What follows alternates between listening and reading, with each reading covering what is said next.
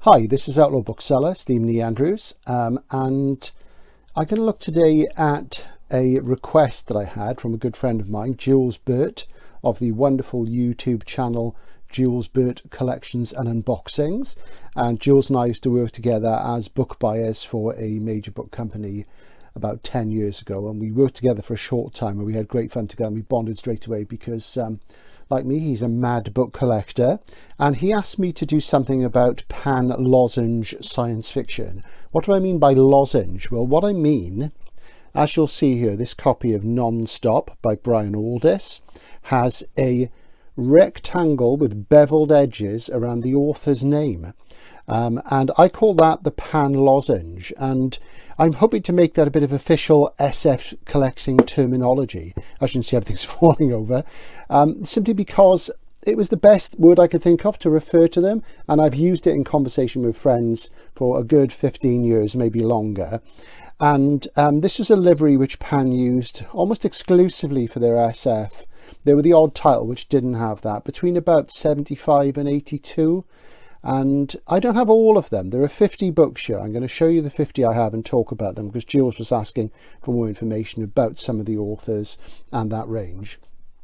I have considered a number of times becoming a completist for the pan lozenge, because I do think they are the most beautiful design of any A format science fiction books. And as you know, if you watch this channel, I'm very passionate about A format science fiction and the beauty of it, because I think they just have something special. I'll talk about that a little bit more as we go on. So I've just looked, and I've got 50 here, and I've got them arranged A to Z by author, left to right as you read, of course, and I think they're in chronological order of publication. I'm not certain with one or two of them, but we'll look through them and have a chat about them. So this is probably going to be quite a long, slow video, but if you love old SF, you will really dig it, as they say. So yeah, I've considered becoming a completist many times. I did once make a list of all of them, and I think I'm probably missing about 15. I've never tried to be a completist, and there are some which I've sort of let go. And they're interesting because I think they give an insight into sort of what Pan's strategy was with SF in that period. So I'll talk more about that as we go on. So to begin with, the lozenge generally was silver. But you see here, this one is gold. It also just says Aldiss rather than Brian W. Aldiss. And that's a kind of marketing thing, where obviously it was trying to establish him as being like Asimov, you know, a one-word author. You didn't need to know there was only one Asimov, there was only one Aldiss. So it's sort of saying that Aldiss is as famous as Asimov, our British equivalent, what have you, which of course he's very different to Asimov. So this one is still out there. It's very, very hard to find in good nick. This is the best one I've seen, and I've had this for many years. And, you know, I would love to see an absolutely pristine one. This actually needs a bit of a clean.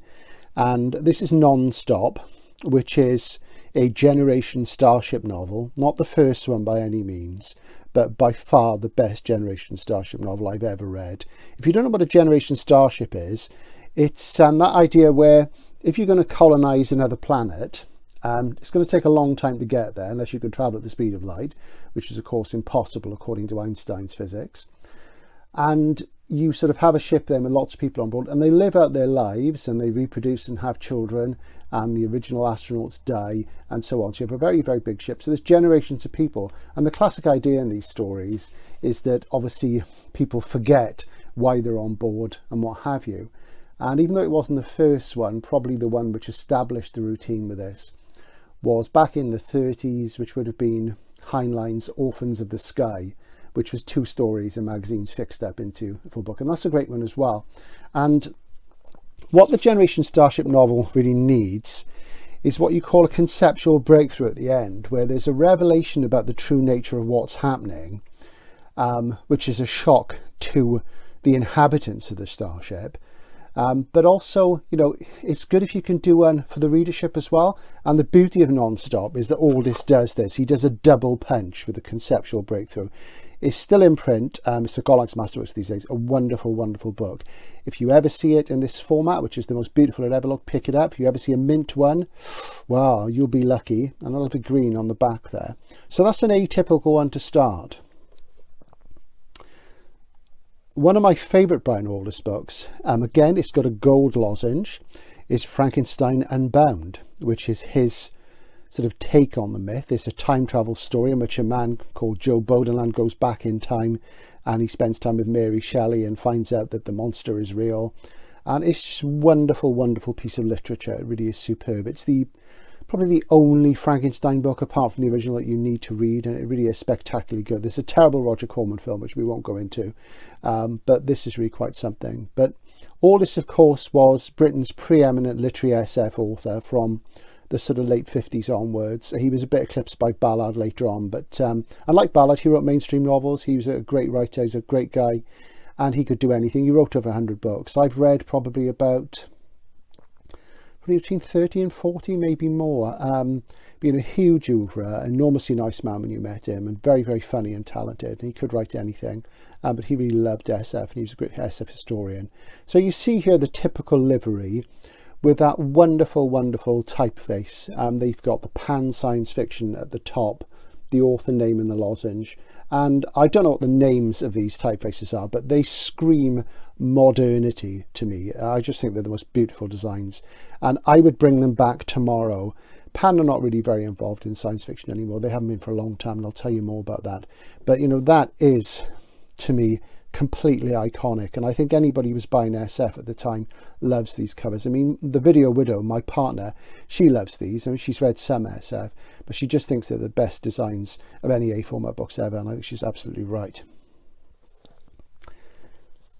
A less favourite Aldiss of mine is The 80-Minute Hour, which he describes as a space opera. It's not a book I'm enormously keen on. This is the sort of thing where, you know, I think, do I really want to hang on to it? I've got it because it's a lozenge, but it's the sort of thing, it's the way I am with my collecting. I think it's not, you know, one of the best books. I'm not an Aldiss completist, so at certain times I might not have had this, but it's in the collection now and it's kind of staying. I'm going to have a look inside because, as I say, I don't have all of these, so it's so interesting to look at what was in the list. And looking at this one now, it is quite interesting because, of course, everything it says in the back, more Pan SF. And I will say, looking through the list, that not all of these in the list were in the lozenge at all. There's quite a few listed here which weren't, so that's quite interesting, because I know the liveries of more or less all these books, even if I don't own them. And it just mentions Frankenstein Unbound. And I think I've got a Cape First of that somewhere. I know I've got a Cape First of Frankenstein Unbound, but I'll show you that again another time. There were a lot of Arthur C Clarke's in this range, and this is the most famous one, I guess, Childhood's End, which is one of his most famous books, with the spaceship there above the city, which of course was shamelessly ripped off for a certain film, which we all remember. It's a great fun film. It's not a very intelligent one, but it is great fun. Talking, of course, about Independence Day. And there's a TV series of Childhood's End, which I haven't seen. Now, this is the typical lozenge, which is silver, has the author's full name. And as you see, there's a common typography here. Some of the spines of some of these are faded badly, because some of them I bought secondhand, some I bought new a very long time ago. But that is a great one. I mean, Clarke, I do find him very, very clunky, but he has great ideas. And this is one of my favourite books by him, so I'm very fond of that one.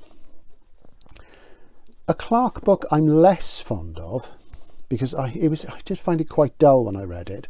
And I was relatively young. I think I was probably about 14 or 15 when I read this. But this is a beautiful book. It's A Fall of Mundus, which is kind of like a disaster novel set on the moon. This is a sort of 70s one, I believe, 60s, 70s. And it's just about a transporter sinks into a sea of dust on the moon. It's a race against time type thing. And I really wasn't that fussed on it. And maybe I'll reread it one day, but lovely, lovely book. So that's more typical of the livery. They did lots of these in Pan for Clarke, including a couple of the non-fiction ones. So let me just have a look and see what year this is. It was actually 61. And This edition is 82, but this isn't my original edition. I think I read it from the school library before that. So I say they did lots of Clarkes. I probably only got about half of them. They did Rendezvous with Rama, and they did that with the gold sort of lozenge rather than the silver one. Another silver one, Earthlight, which I don't think I've ever read. I can't recall ever reading this, but I like the title and I like the livery. So probably over the course of time, I will complete and buy all of these as I see them, as I pick them up. Some are quite rare now. They're usually hard to get in good nick, that's the problem. But a Pan Lozenge Collectors Club hasn't really emerged as yet. Maybe it will after this video. But, you know, they're just sort of beautiful looking books. They really are. And another one which I've kind of tried to read but not really enjoyed it because I find his style rather dull, is The Deep Range, which has got a huge sea slug here, look, menacing this submarine, or submersible I should say. Great title, The Deep Range, I do like that. And it's got a very evocative blurb on the back. After a terrifying nightmare in outer space, Walter Franklin needed to discover a reason for living. He found it in the ocean depths when strangers defied death to give him life. And it goes on and says, an echo that could solve the oldest mystery of the sea. Sounds fantastic, doesn't it? But, you know, I really struggle to get past a few pages because his style just doesn't mesh with me. But beautiful looking book. This is quite a common one. You see that everywhere. So, as I say, there are at least 4 others from Clarke in that range, including a collection of essays, which I used to have and I don't have anymore, and I can't think what it's called. So that's Arthur C. Clarke. I once worked for Pan. The first bookshop I ever ran was a Pan bookshop in Bath, and only ran it for 6 months. I was quite young. I used to wear leather trousers behind the counter, and it was across a little alleyway from a pub, and it was summertime, and occasionally I'd have a pint of cider under the counter, and I was wearing my cult t-shirt because I was into the cult at that point. My hair was very long. I was in quite a psychedelic mood. But they were great people, and they sort of really loved me, and I loved working for them. And sadly, it was just a short-lived thing. And they did actually offer me a job because the shop was effectively going to close down because they had an offer on the building. And it was 1986. It was an interesting time in science fiction publishing. And Pan, by that point, had really fallen out of the game. They dropped the lozenge a few years earlier. And as you'll see from these, they did an awful lot of British writers. Now, there's nothing wrong with that. In fact, you know, that is very much my thing. British literary SF of the 60s and 70s is something I'm very, very, very passionate about indeed. And it's usually my favourite science fiction. And here's an example, Charisma by Michael Coney. Absolutely beautiful. Look at that. There's a bit of spine fading on that. A lot of these books I've got in first editions, and they mostly got actually yellow jackets, interestingly. But wonderful title. Michael Coney, great writer. Cult figure. I'll talk about him a bit more now. Gives you an idea of that lovely livery. Very spine faded, sadly, but I'm just going to let you feast your eyes on that. So yeah, when I worked for them, I was running a shop, and they also got me to read manuscript and advise them on bids for books they were thinking of buying, SF books they were thinking of buying, because that was the year that Neuromancer came out in paperback. So you know, they were realizing there was some money to be made, and they didn't quite know what they were doing. They were doing some fantasy, and they had Susan Schwartz, who I met at the Worldcon, who was very, very nice, but the books didn't really sell. And they asked me to read some manuscripts and give them some advice. So amongst the things they gave me to read were 2 books by Greg Bear, namely Blood Music and Eon. And these have been published by Galactic in hardcover, and I've got first of those there. And I was aware of them, and I had proof copies. And I said, look, you know, if you bid for these and win them, the secret is to publish Eon first, because it's a big dumb object space novel, which the sort of Arthur C. Clarke fans and Larry Niven fans will love. And both those authors sold like mad then. And I said, do Blood Music, which is a book about nanotechnology, do it afterwards, because it's great. It's a better book, but it's less commercial. So get out there with Eon first. And they put the bids in, but the bids were won by Century Hutchinson, who then published them in the Legend imprint, which was part of Arrow.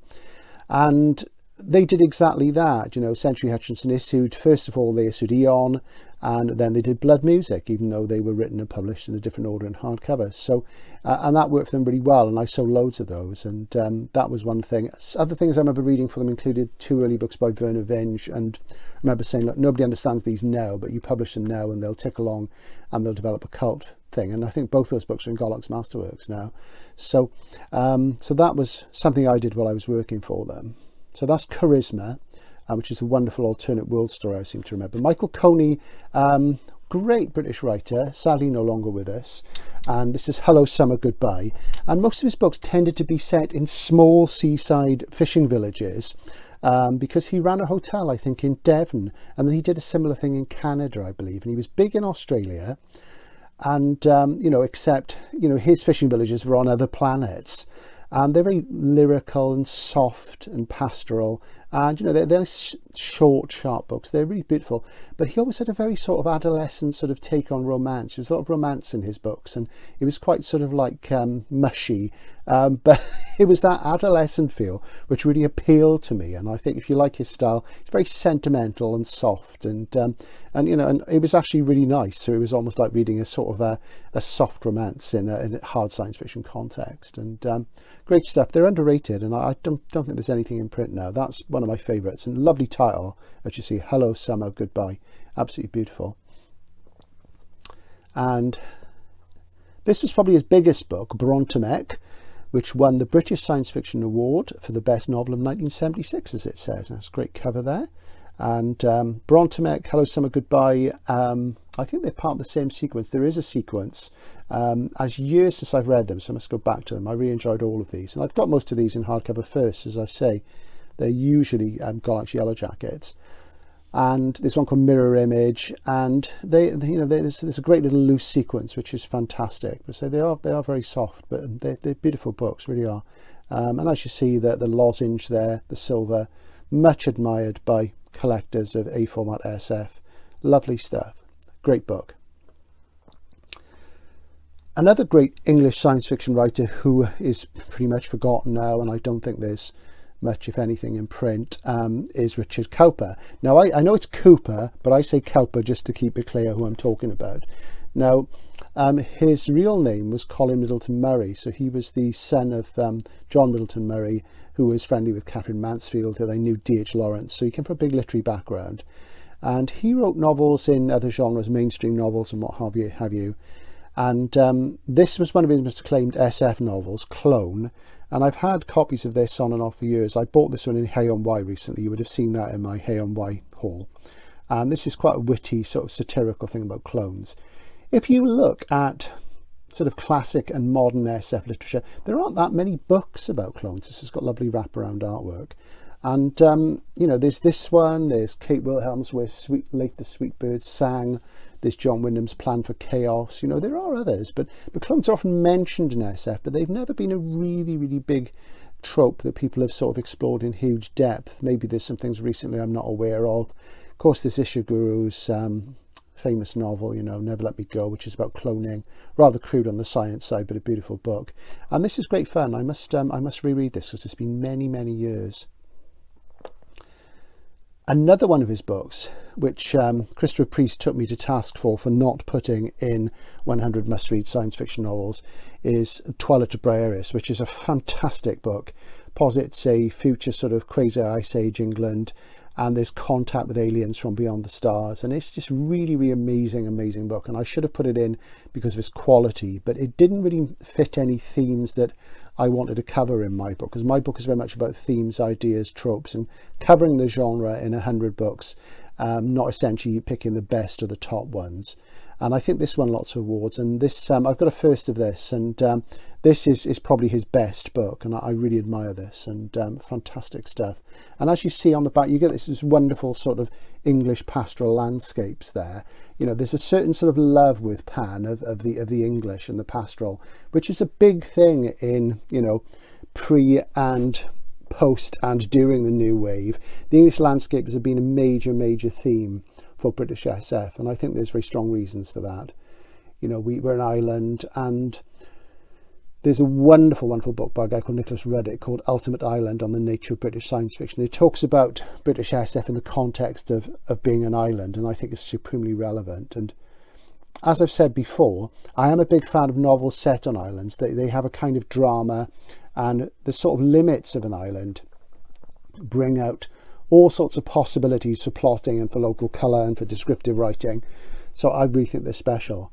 This is another Profundus. Again, I remember this was quite a witty book about a submarine. As you can see, amongst other things, I managed to get a first of this recently. You've seen that at the beginning of my Hay on Y haul, 75p penciled on there.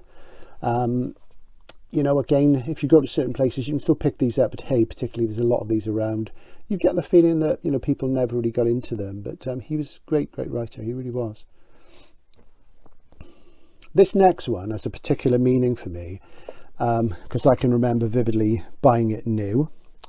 I bought this from a really small bookshop, which, if it's still around, it was still around 10 years ago. It was run by Blackwell. It was run by Blackwell when I went there, in Treforest near Pontypridd, South Wales, at what was then the Polytechnic, and is now part of the University of Wales. And I used to wander on the campus when I was in my mid to late teens, and go and buy SF there, because they had the odd thing you wouldn't get in John Menzies in the town. And this is Philip K. Dick's Galactic Pot Healer. Pan did an edition of this with the same cover but without the lozenge earlier, and this was one of only 3 books that Pan published by Dick. This was the first adult novel I read in one sitting. I sat down, read it through without stopping, and it was mind-blowing. It's funny, it's original, it's clever, it's satirical, and it does an amazing thing in the very last word of the novel. It turns your expectations completely on their head, and conceptual breakthrough of the finest kind, and he reveals the universe for what it is, for rather than not what you want it to be. And it's very funny ending as well. It's so I'm very fond of this, and it says the sunny side of SF. So yeah, you know, it is a witty one. It's a great book. Begins with this wonderful scene where everybody's unemployed on Earth, and this guy Joe, he's a pot healer. He fixes ceramics. He's out of work. He's not getting many commissions, and this creature called the Glimmer, who lives on Plowman's planet, wants him to go and help in a project which involves raising a cathedral that has sunk to the bottom of the seabed. And he goes with a fetching young lady and meets various other alien creatures there. And it's a really witty book. It's really fantastic fun. You know, it's not one of Dick's sort of depressing books. It really is really good fun. So I'm really fond of that. I'm just going to have a look, see what the print date was, because I really got vivid memories of buying this. Let's see. Okay. 1977 second printing. And it's got this great D.H. Lawrence epigraph in there, which I really love. I'll just show you that in front of you. You'll be able to read it. I'll read it out to you. And I do love Lawrence's poetry, and Dick was quite big on the odd epigraph like this. And it's from a poem of Lawrence's called The Snake, and I'm going to read it to you. And truly I was afraid, I was most afraid, but even so, honoured still more, that he should seek my hospitality from out of the dark door of the secret earth. So I don't know why Dick put that in there, but there is something reverent and loving of life in that, and loving of nature. And Dick, you know, reveals the glory of nature on an alien world in this, you know, in very sort of broad strokes, but maybe something like that. Great stuff. The other PKD I have in Pan Lozenge, and it's got 30p on there in, you know, what we now call a Sharpie. A Maze of Death, set on the planet Delmac O, a very strange novel, rather like a Christie thing where people are killed off one by one.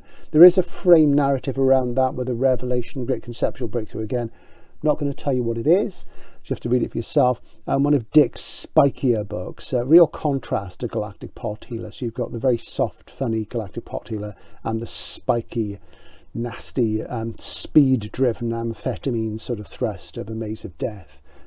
Great stuff. And again, it had that cover before it had the lozenge on it. The only other Dick that was in Pan was Preserving Machine, but I don't think that was ever in a lozenge. I've never seen one. But, you know, like a lot of Dick stuff, they've been very collectible for a very long time now. So unless you bought them when they were in print, or, you know, in the 70s and early 80s, you know, they're tough to get. So, and especially in good nick. So that's a nice one. I'm going to move on now to one of my very favourite books of all time, and arguably the finest collection of short stories in the science fiction mode I've ever read.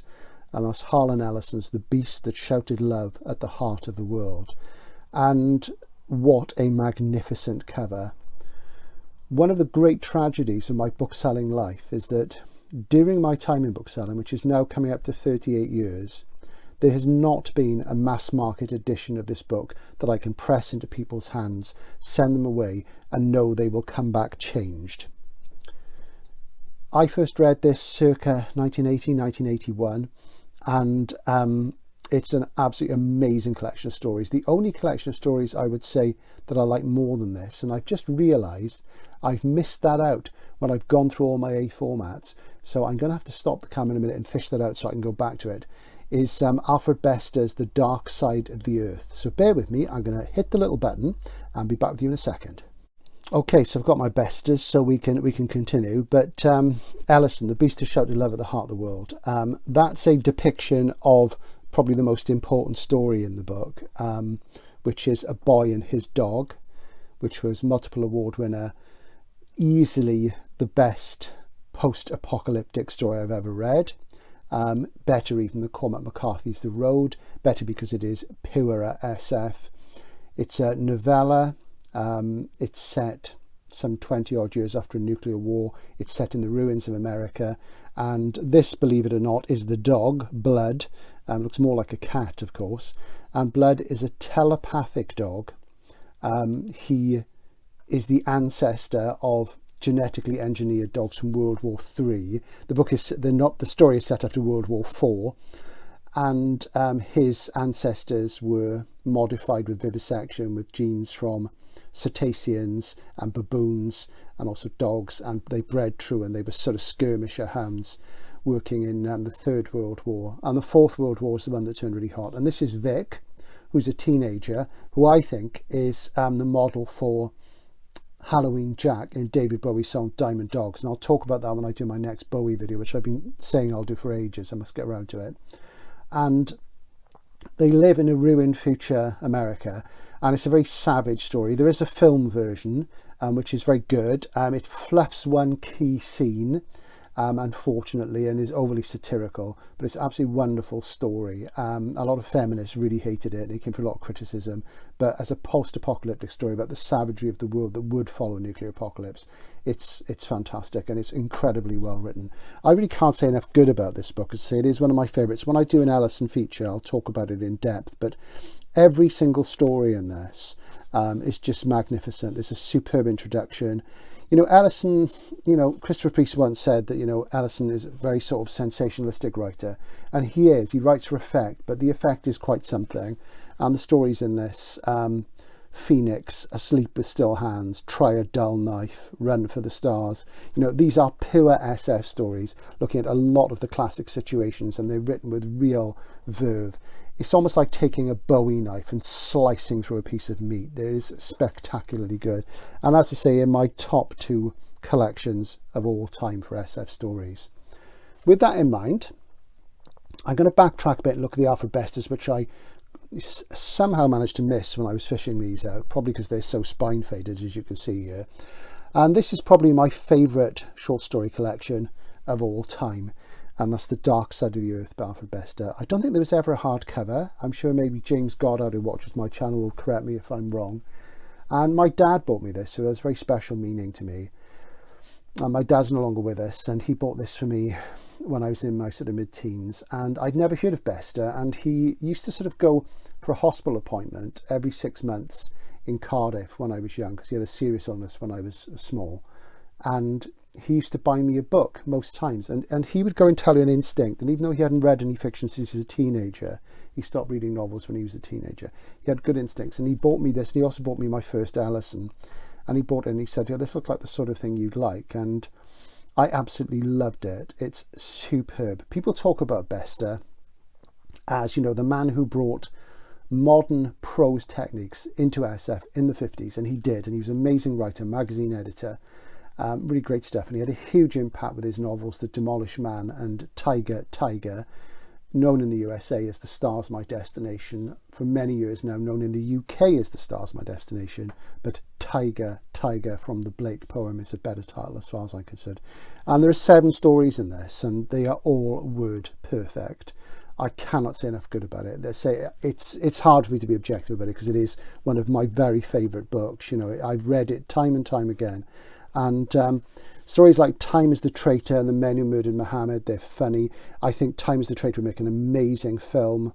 Out of This World is a great witty romance story about crossed telephone lines in alternate worlds. The Pie Man is incredible pre-New Wave story about probability, and it's just utterly fantastic. And I really, really cannot, say enough good about this. It's spectacularly good. There was an earlier Pan edition. Again, this is not a book that's been in print in my time in bookselling, which gives me great pain. Some of the stories pop up in the occasional best or retrospective, but as Scott Bradfield says, you need to go back to the original collections rather than have selected works or collected works, because this is the context the author chose, and they are word perfect.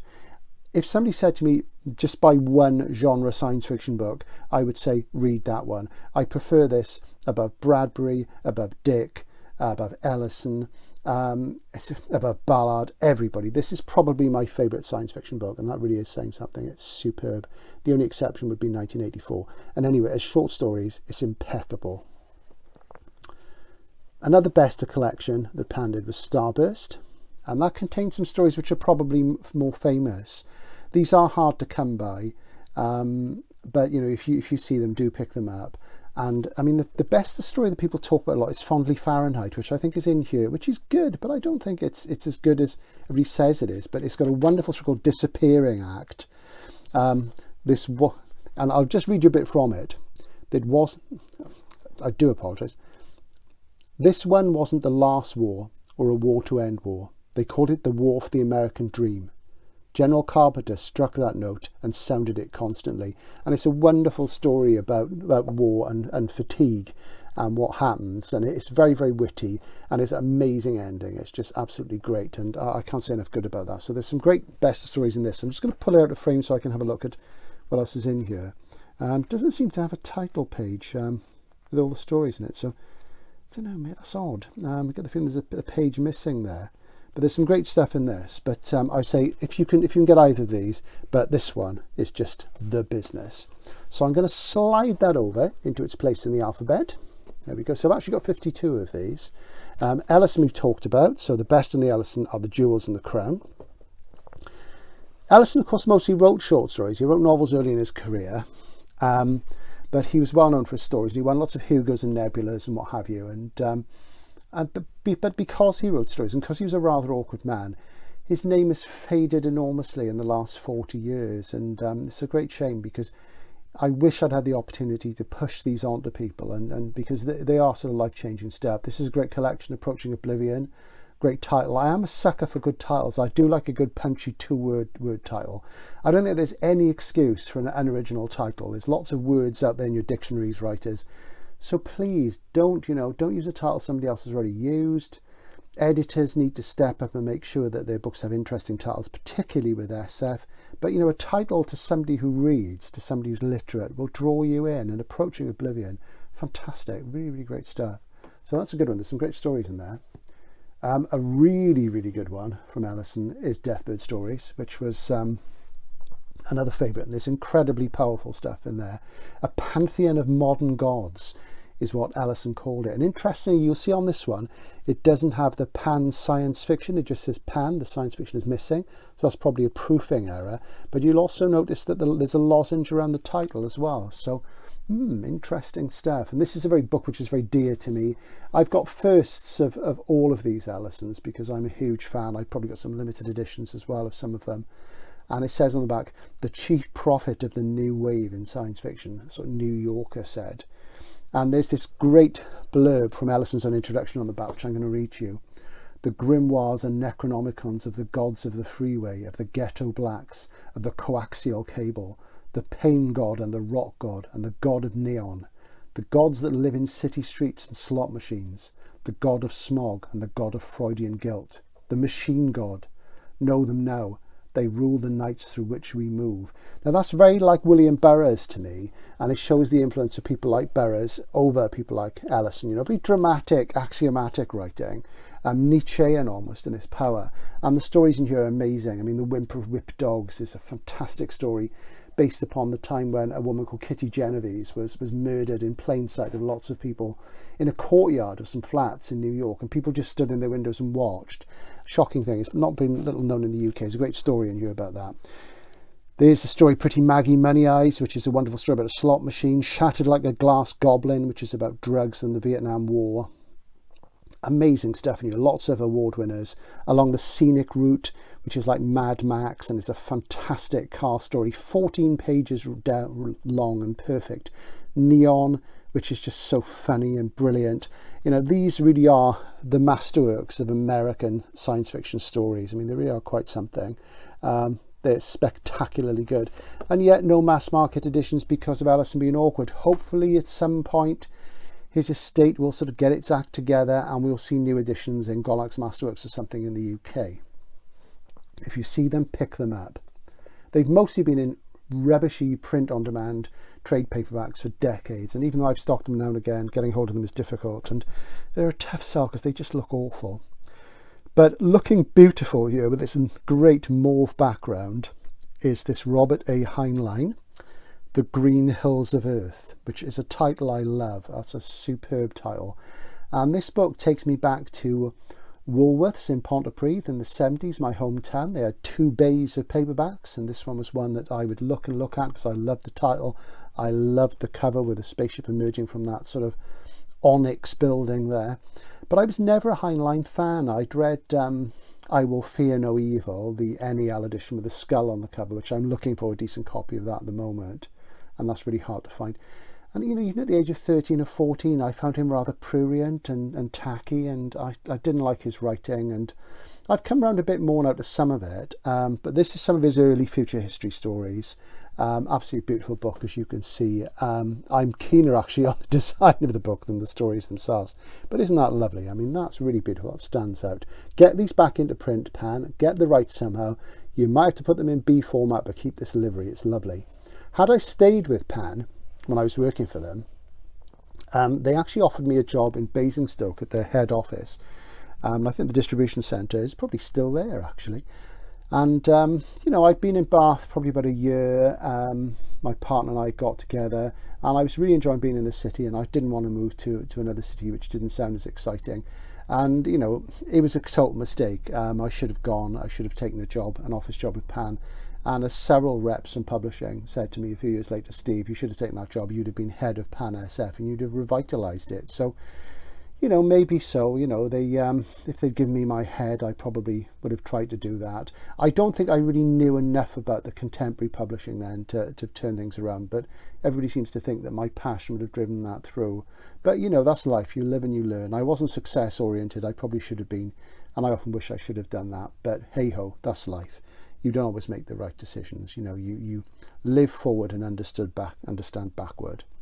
The Puppet Masters, one of my favourite Heinleins, published within the same year as Invasion of the Body Snatchers, and the same year as that Quatermass Experiment was on British TV. Same theme, aliens taking over people, gradually trying to take over the world. One of the most exciting Heinlein novels, one of the most readable. There is a film version, which isn't bad. And it starts with somebody's mobile phone ringing, which is just fantastic. I mean, you know, the mobile phone. I always use the mobile phone as an example when I talk about what SF is. If you have a novel that has a mobile phone in it and no other tech in it at all, before the mobile phone was invented, then it's a science fiction novel, because having a mobile phone changes the world, as we've seen. So that's the first example I found, and there may be others, I'm sure somebody will come up with one, of the mobile phone in SF, and that's in about 1952. So there you go, years and years out of his time. Great story, great fun. Here's an obscurity. Richard McKenna's Casey Agonistes and Other SF and Fantasy Stories. I've got a Golax UK first of this. This is short stories. Some of these are very witty and fleet and satirical. Richard McKenna wrote a book called The Sand Pebbles, which was a mainstream bestseller. And, you know, you like to dabble in SF because, you know, it was a great thing to dabble in, and, you know, people weren't afraid of it. And he produced genre SF stories of great skill and elan. Rather like Walter Tevis could do that. He could write mainstream novels as well. He was equally good at both. And, you know, this is great fun. And, you know, some sort of strange transport there in a very pastoral environment again. You'll see how Pan have that pastoral thing. Refers to Pan, of course, you know, the god of panic, you know, the that sort of Arcadian nature spirit of, you know, Greek mythology, which, you know, who's invoked in things like Winnie the Pooh. There's the not Winnie the Pooh, the Wind in the Willows, where there's the chapter The Pipe at the Gates of Dawn, you know, very mystical sort of thing. So maybe there was a tie in there, maybe I'm just reading that into it. Doesn't matter, it's great fun. But watch out for that one, because it's a good little book. Here's one I haven't read, but I've had for some years, and this is Father's Star by Frederick Pohl and Jack Williamson, two of the sort of greats of the 1930s and onwards, of course. Williamson died, I think, around about the age of 99, and he was, you know, a cowboy, more or less, originally from the Old West, and he did all sorts of things. He invented the term terraforming. He was writing about geodesic sort of shapes in space-time and multiple world things, you know, back in the 30s, ahead of his time, very, very much so. And he wrote some great sort of robot stroke android stories with folded hands. The Humanoids is the collection, which reads like a children's book, but it's actually really, really good. That, alongside Asimov's early robot stories. In fact, I prefer Williamson's, if I'm honest, to the earlier, because I like the later robot novels, which are superb.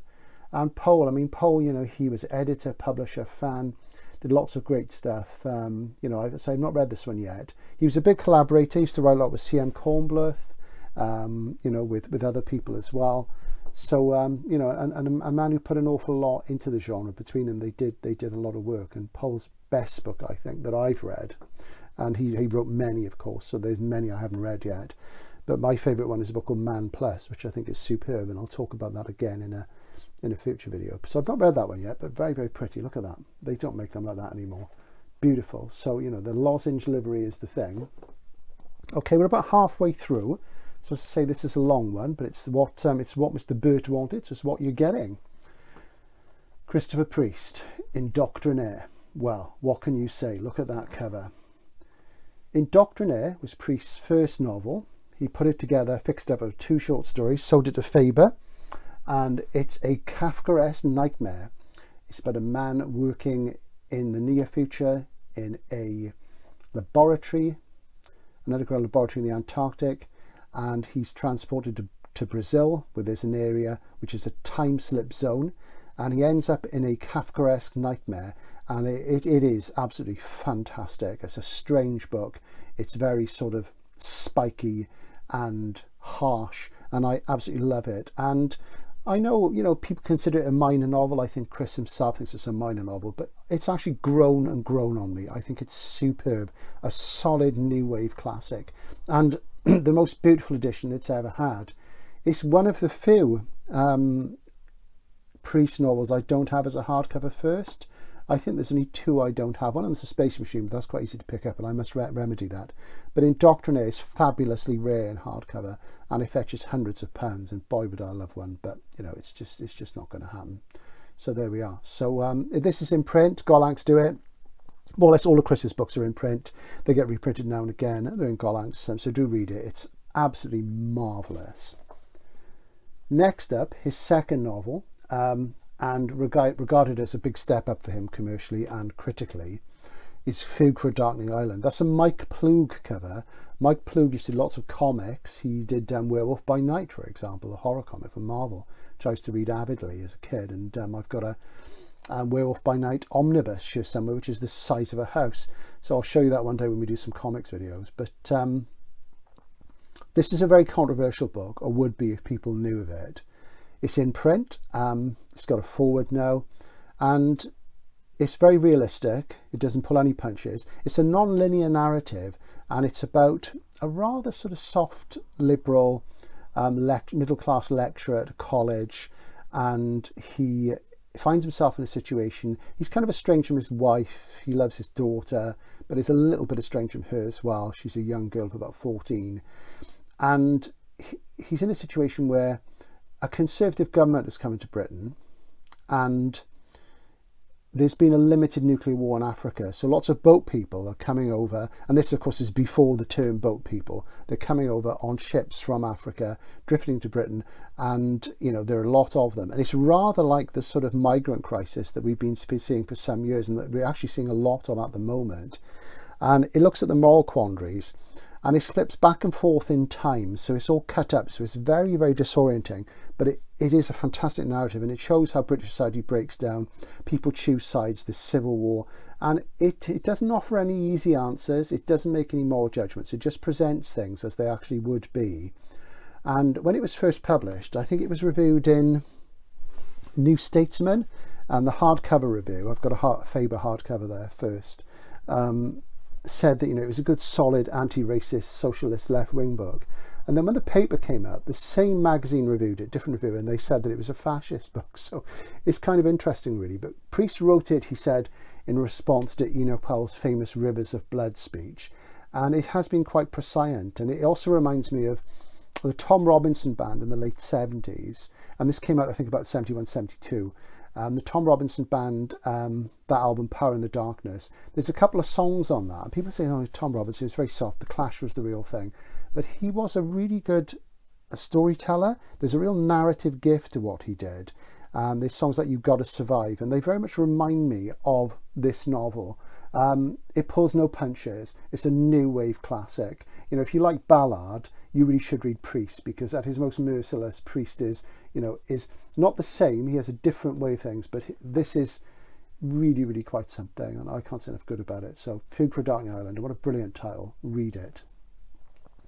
Then his most famous pure SF novel, Inverted World, which is, again, wonderful conceptual breakthrough, amazing cognitive dissonance, all the stuff you want from real SF. A disorienting read about a young man who grows up in a world where the world itself is infinite in size, but the universe around it is finite in size. And you should light that one up and smoke it, as they say. Great book. And this has had many liveries, many reprints. You know, it's based on a sort of mathematical sort of idea.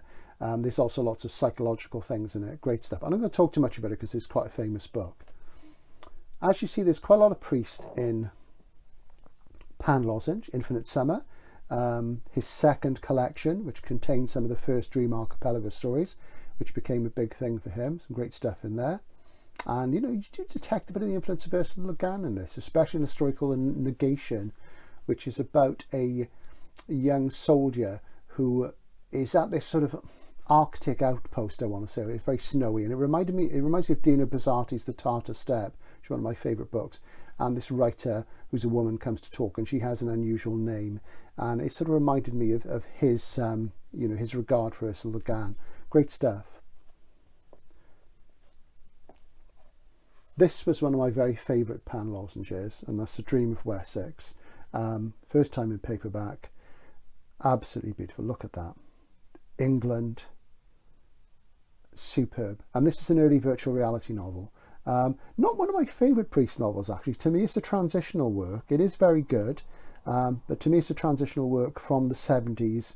I think it's about 77, this one, into his best work in the 1980s, which I think is sublime. But I remember getting this from Oriel, the Arts Council bookshop in Cardiff on Charles Street, which I used to go to a lot when I was a young'un. And to me, it was a very, very sophisticated looking book. Very exciting looking. A Dream of Wessex. How English can you get? And as you see, I'm very enamoured of this whole English feel. And you see that running throughout a lot of these Pan books. And I guess the ones I don't have are maybe more of the American ones, though we will come across some more American ones as we go on. But that, to me, is exactly what an SF novel should look like, especially if it's new wave and British. Beautiful. Then we move on to an absolute stone classic. Bob Shaw, Other Days, Other Eyes. Simply a work of genius. Bob Shaw was a Northern Irishman, lovely man, met him once, very, very nice guy. Died relatively young, sadly, and Bob Shaw was interesting because, as I think I've said before on the channel, he was like a combination of hard SF writer meets Wyndham-esque post-New Wave writer. And Other Days, Other Eyes is comprised of 3 novellas, and he always had good solid science ideas. So if you like science, you know, he was there. And the basic idea of Other Days, Other Eyes is shown in this rather clever cover. So as you see, this window, this sash window is lifted up, and you can see the top of the lady there and the bottom there. Why is that? Because this is a book about a conceit that Shaw came up with called slow glass. If you could mould a type of glass that would refract and slow down light and capture a picture and hold it. So as you see here, what's happening here, this is slow glass and it's captured the image, but time has actually moved at a different rate, and that he's actually there. So he melts 3 amazing novellas about this, and it's about memory, loss, surveillance, and it's absolutely brilliant. This book belongs in the library of everyone who likes SF, and it's really well written. It's fantastic. My first experience of it was actually one of the novellas, the middle novella, which is called The Light of Other Days, which other people have used as a title for something, I can't think what, was adapted into a comic strip, and I think it was in a Marvel comic. I can't think exactly how I read it, but that was how I read it first, and I read the novel afterwards, and it had a huge impact on me, and it's simply fantastic. I'm not sure what Shaw's status is at the moment. I know after he died that his partner was wanting more money for the rights to his books than was realistic, and a friend of mine tried to get hold of the rights to them. Galactic did do a little, one of those dreadful, I say little, dreadful large format trade paperback gateway omnibuses, which nobody bought, nobody stocked. They're yellow, they're the size of a planet, they're horrible. And, you know, the fact that these haven't appeared in Masterworks is shocking. Wreath of Stars, great book about an anti-neutrino planet passing through Earth. Really well written again, I say. And I've got most of these in sort of first from Galactic's Yellow Jackets, great stuff. These are sort of favourites of my youth that I've read again and again, time and time again. Probably Shaw's most celebrated book, BSFA award winner 75, Orbitsville, classic big dumb object book, sort of Larry Niven, Ringworld, Arthur C Clarke, sort of Rama type thing. Not really my sort of stuff, to be honest, but you know, but still great, because Shaw was a fantastic writer, as I say. He could really write and do the science. The sort of closest equivalent would be sort of Gregory Benford, who's quite literary as well, and you know, and obviously a real scientist. He teaches physics at I think it's UCLA, or is it Caltech? I think it's somewhere in California. And you know, but Shaw could outright him. You know, really fantastic stuff. So more Bob Shaw. This is another favourite of my youth, which I read again and again and again. I'm not big on funny science fiction novels. I don't really like Terry Pratchett. I'm not a massive fan of Douglas Adams. This is more like Robert Sheckley. This shows the influence of Sheckley enormously. And this is Who Goes Here. There was a sequel called War and Peace, because War and Peace was the name of the character. And this is a real romp. It's great fun. And I really like this. And it's got a bizarre ending, which I won't tell you about, but it's full of joy. A great book. You know, it's... if you're going to read a silly science fiction novel, read this one. It's superb. And the lozenge there, you know, absolutely gorgeous. As I say, they don't make them like that anymore. But I must have read that half a dozen times easily, maybe more. Ship of Strangers. It's the sort of thing that Brian Stableford used to knock off a lot. I like this one as well. I only read that comparatively recently, actually. But that's more sort of conventional exploration story, but it's really good. And the lozenge coming forth. I bought this one, Vertigo. I think he's produced more minor books once he got sort of the 80s. I got this at Hay&Y recently. There's lots of copies on it. I have read it. It's not one of my favourite ones. It's about backpacks, as you can see. I'm not that fond of that art. It's a bit too much like the art that Penguin were doing on their A formats at that time. Vertigo, great title. Some of the titles of Shaw's books got changed. There's one called Ground Zero Man, which was reissued in the 80s as The Peace Machine. And what a rubbish title. Ground Zero Man's a great title.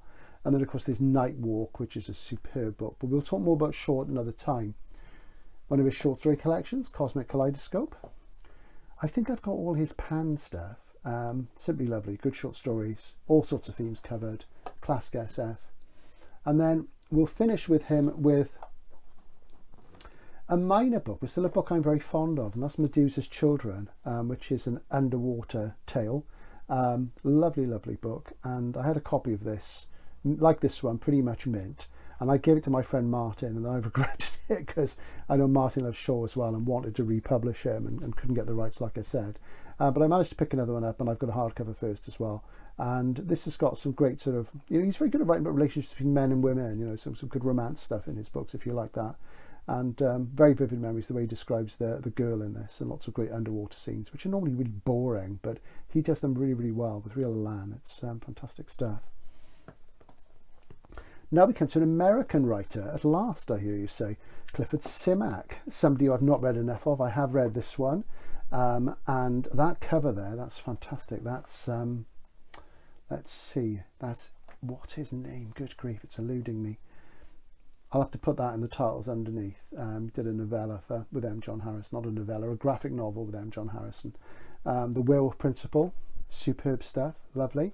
Simac, pastoral, gentle. I have invested in some more Simac recently. Mike from Fine Edition, who's not well at the moment, gave me one, as I think I said a while ago, to read. And this, I just love the title of this, Why Call Them Back from Heaven.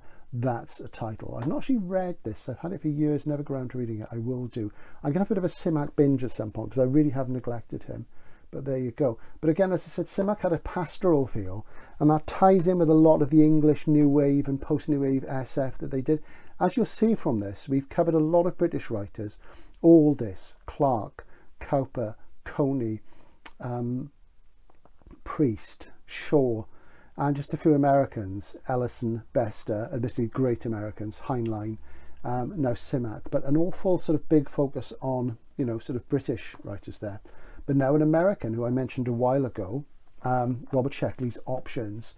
Sheckley, of course, deserves all the credit that Douglas Adams got.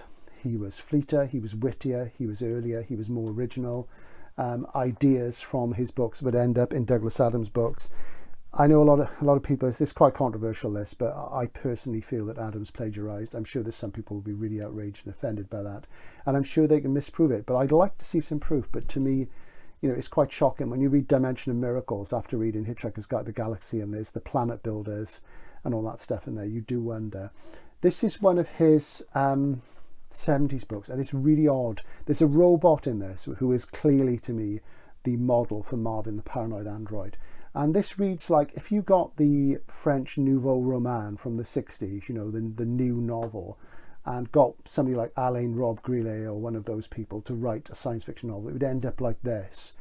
Sheckley didn't have a lot of patience with plot. He would be episodic, he would go off at tangents, he'd just strain things.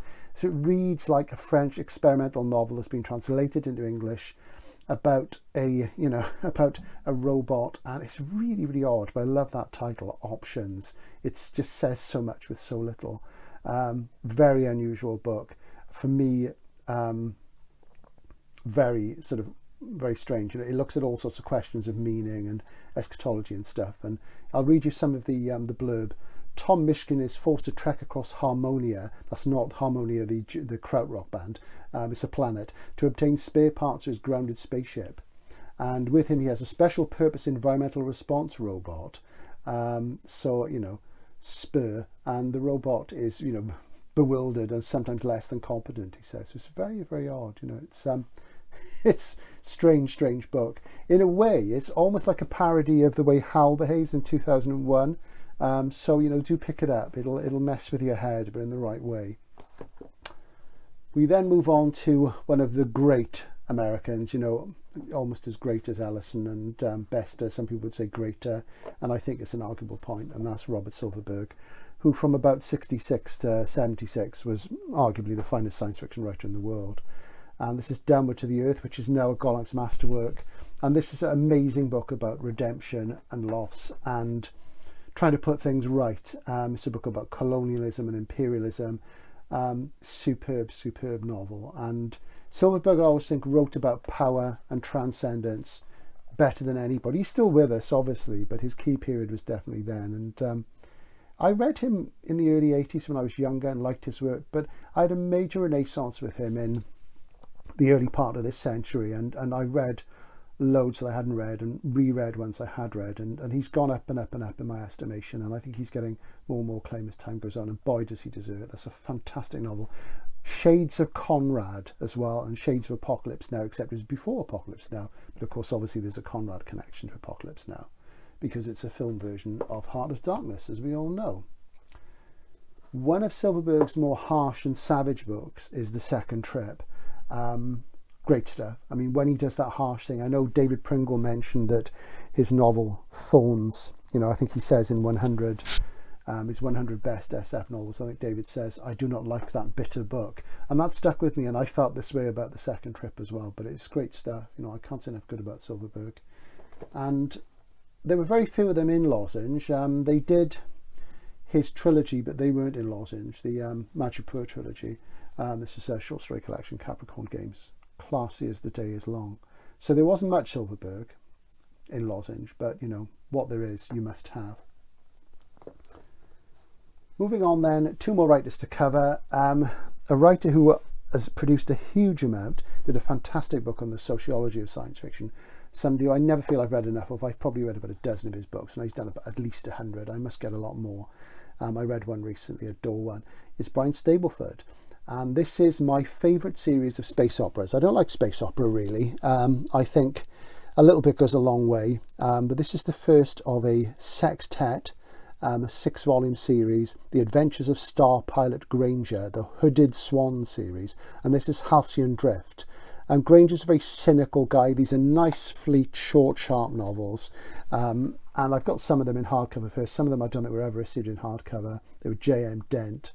And he's this sort of cynical guy, and he ends up crashed on this planet where this sort of slime mold type alien sort of becomes a symbiote in his brain, and he doesn't like it being there, but it helps him and stuff, and it's great. And he has different adventures on different worlds, and they're classy books. And the one thing that I really loved about them, this is, I say, not my sort of thing, is that he describes the way the star drive is operated in the ship, in the Hooded Swan, is just beautiful. It's poetic and strange.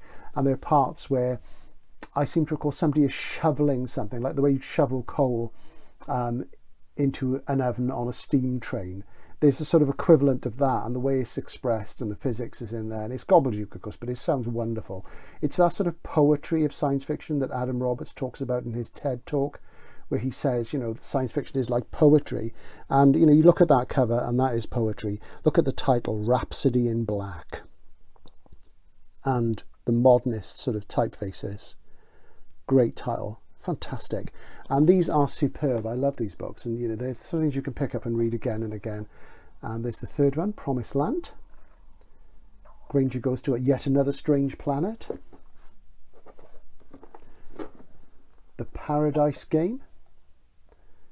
Again, classic sort of, you know, big tyres, Foss-esque covers. And that's the 4th Hooded Swan adventure. I think only the first 3 appeared in hardcover. I'm not sure about the rest. I've never seen them. You know, these are not in print, and they should be, because they're really important books and they're great fun.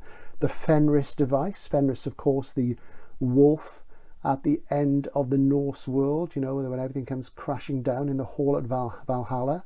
The great wolf, Fenris. And finally, and naturally with a title like this for Hooded Swan, Swan Song, the last one. And, you know, these are great. The characterization is really good. He's really sharp. You know, he is a great writer. And as I say, I've never not enjoyed anything I've read by him. So I must pick up some more. There's lots in Door, which I haven't got. So great stuff. I met him once. Fantastic guy. Academic, really. Really knows the history of SF like the back of his hand. Fantastic. Finally, a British writer who specialised in one thing. This is Steve Wilson, The Lost Traveller. Steve Wilson writes, or wrote, I don't know if he's still with us, about motorbikes. And this is a biker novel set in the future.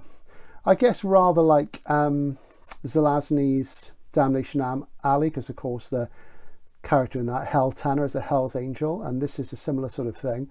And look at that cover, that pink. There's a McDonald's sign there. I can't remember a lot about this. Nuclear holocaust leaves America devastated. The East is a militarist police state, while the West Coast clings to the tatters of civilization. On the fringes of the Western states roam gangs of Hell's Angels, proud and violent motorcycle outlaws. So yeah, it's very like Damnation Alley up to a point. But you see his name popping up in anthologies of motorcycle writing and what have you. He did write other novels, all set around motorcycling as far as I can remember. But that's his one SF novel, and a nice one to pick up. Great little British special, that. So that's Pan Lozenge. What don't I have? There are 2 books by Vonda N. McIntyre. One called The Exile Waiting and one called Dream Snake. And I used to have both of them. And I'm trying to remember what other titles that I don't have. There's a Theodore Sturgeon, which I don't have, which is sort of missing. And at some point, I'm going to do a list again and sort of talk about what else is out there. And maybe I'll try and put a little bibliography together one day when I've got the time. I did have it all in a notebook and I've sadly lost it. So that's the Pan Lozenge. Absolutely beautiful. Represents a great time in British SF, but you see that even though, as I say, I am missing some. I'm not missing that many. I think it must be 15, 20 max. They circle through these things. Not everything they published as SF was in the Lozenge. Like I think they used to do C.S. Lewis's books, though I don't think they were ever in Lozenge. Some of them are different liveries. The fantasy ones that they did, the odd fantasy things, are different liveries. But an absolutely beautiful time in British A format publishing. And, you know, who can say, had I taken that job, maybe I'd have kept the lovely A format livery going. Bring it back, Pan, get some of these books back into print, get the rights back. Because, of course, most of them weren't published as Macmillan. They licensed them from other publishers, mostly Golax, as I say. So that's the Pan Lozenge. Hope you've enjoyed that. Any questions, comments, pop them below. And thanks for watching, and I'll see you again soon.